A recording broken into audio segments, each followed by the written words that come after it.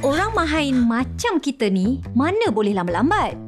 Kalau boleh, sehari je aku nak merasa. Apa rasa tidur malam, tak payah fikir macam mana nak bayar bil. Sebab tak bayar bil lah elektrik kena potong ni. Welcome to my world. Kebaloi ke kau nak buat semua ni? Bukankah sebelum ni kau menyampah sangat dengan orang kaya? Sekarang, kau nak ikut cakap diorang pula? Bagi orang kaya, everything is a business transaction.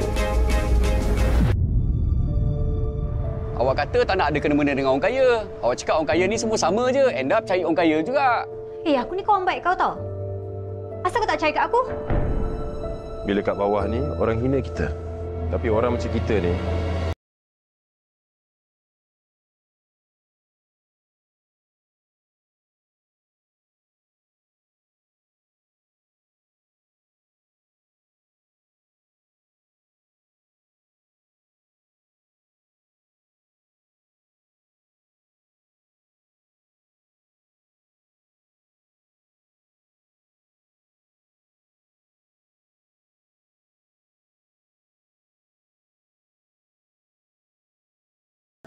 Aku yang ada dekat sana. Tengok Syahid bawa perempuan datang sini.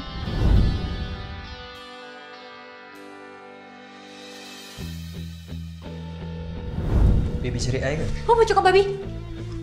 You tak nak pergi toilet dulu? for Habiskan kencing you dulu. Sebab tak elok kan tahan kencing, nanti dapat kencing kotor pula. ni dah solat ke belum ni?